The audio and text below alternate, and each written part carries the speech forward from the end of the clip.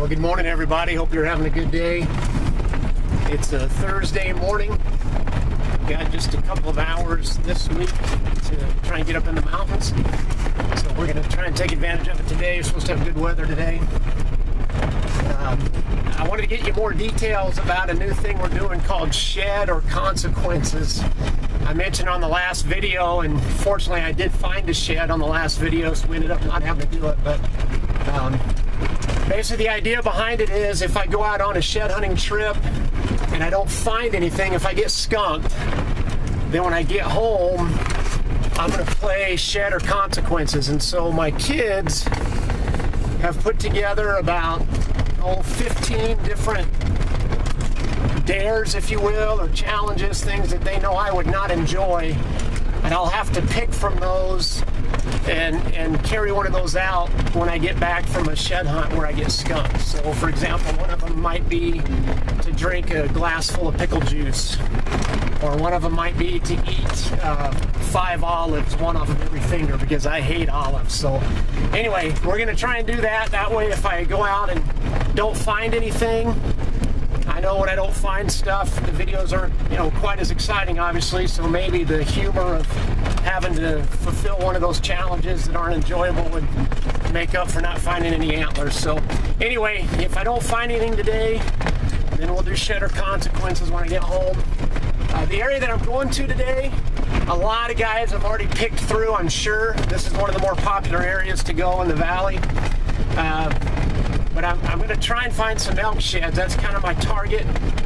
My son had a late season cow tag here this past winter, and I know where a couple of bulls were hanging out, at least in December and January. Now, whether or not they were still hanging out there when they started to shed, I don't have any idea. But we had a pretty mild winter, so I'm hoping maybe they hung out in the same general area. So we'll go see what we can find, and thanks for coming along.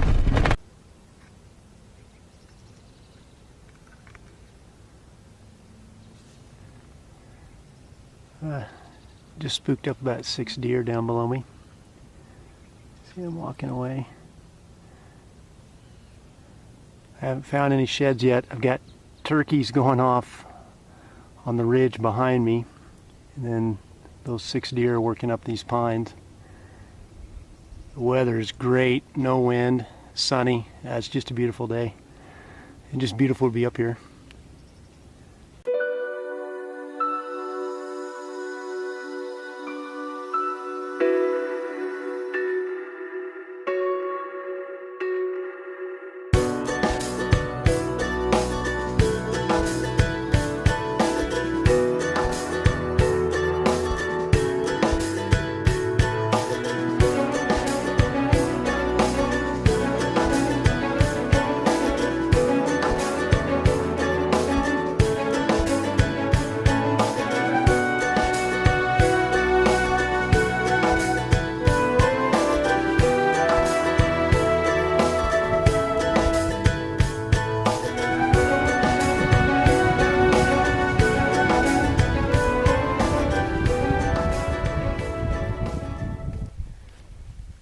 Guys, I've made all the way to the top of the ridge. I have been in a ton of elk sign. Tracks, droppings, beds, everywhere. But I haven't found anything. I don't know if guys were up here already before the snow melted. I haven't seen boot tracks, but if they were up here a couple of weeks ago, there was still snow on top. In fact, there is still patches of snow. But anyway, it's a beautiful day. I'm not complaining just because I haven't found anything. And I've still got time, but I thought I'd stop and do the Minute on the Mountain from up here on top. And the verse that I was thinking of for today is 1 Corinthians 9:24. Paul says, "Do you not know that in a race all the runners run, but only one gets the prize? Run in such a way as to get the prize." I don't know that means our whole life is a competition and we're running to beat everybody else. I don't think that's the point. But I do think the point is that we should have the end in mind. I'm not much of a runner. I don't pretend to be, but I'm friends with some people who run a lot. And I know when they're on long runs, they have to keep the end in mind to get through the tough spots. And I think that's instructional for us. For us to have an eternal perspective, to keep the end in mind in every part of our life. You know, the way we deal with our family, the way we deal with our coworkers, the way we, even the way we recreate when we're up in the mountains. You know, if we're not careful, we can make our whole life about recreation. And I think we miss the point when we do that. I mean, certainly to take time and enjoy time with your family is important, but if our whole life revolves around just what we can see and touch and what makes us happy now, that's a pretty shallow way to live. And at the end of it, I think we're going to wonder, you know, what was it all about?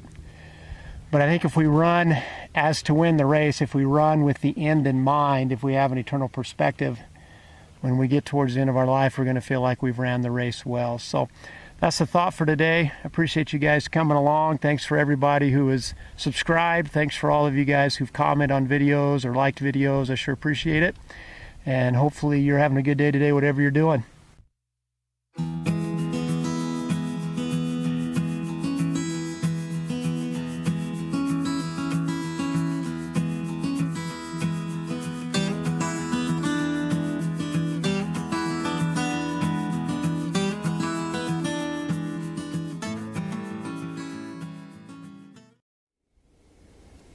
Well guys, it looks like the first antler of the day. It looks older than the hills, but it looks big. Looks like a really nice antler. See it buried there under the leaves and the trail. I haven't walked up on it yet, but it looks like it's got good mass. And I can see a nice eye guard. It's got at least 4 points. I'm almost thinking it's got 5. So we're not going to get skunked today. No shed or consequences. Let's go see what we got.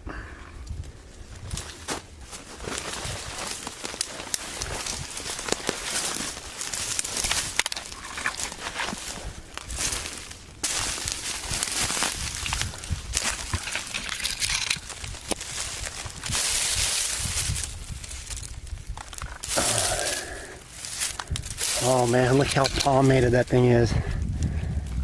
Here, I'll get out here where you guys can see it. That's so cool. I mean, it is been out here forever. Look at that crazy thing. 1, 2, 3, 4, 5.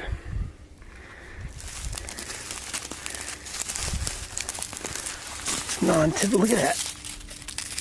It's got a whole nother tine coming out of its main beam there. And then weird stunted forks on it. And back out, sorry guys. So, well, it's, like I said, it's older than dirt, but that is a cool find. So we'll pick it up. Probably get busted up just being in my backpack, but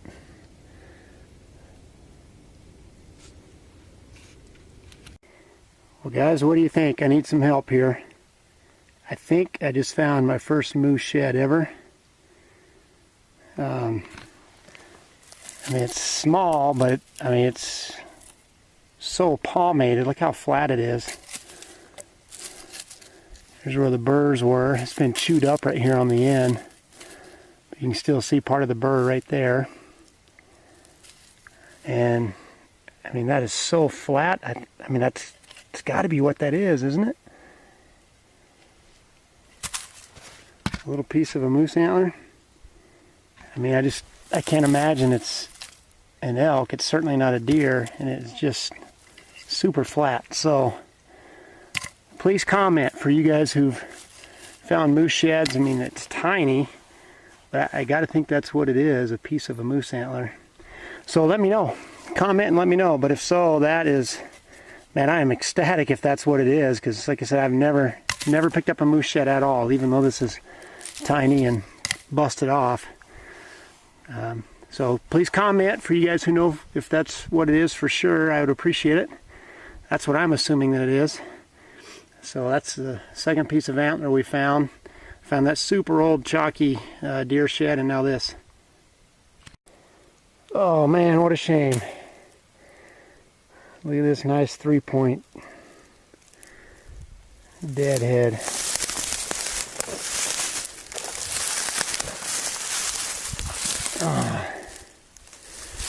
Come up here and get my shadow out of the way.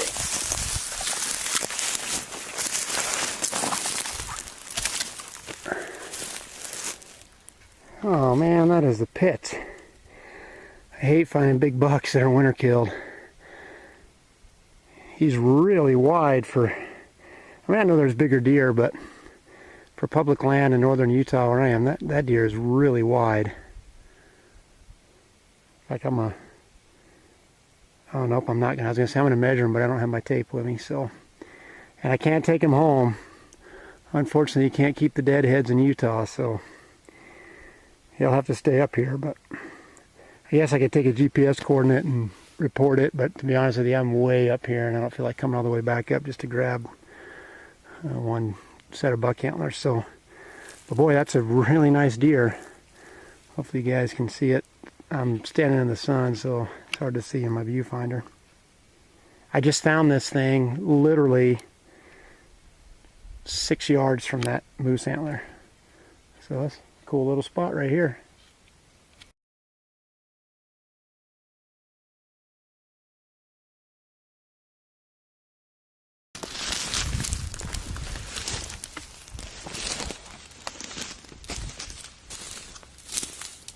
Alright guys, well, here we go. Here's the pickup.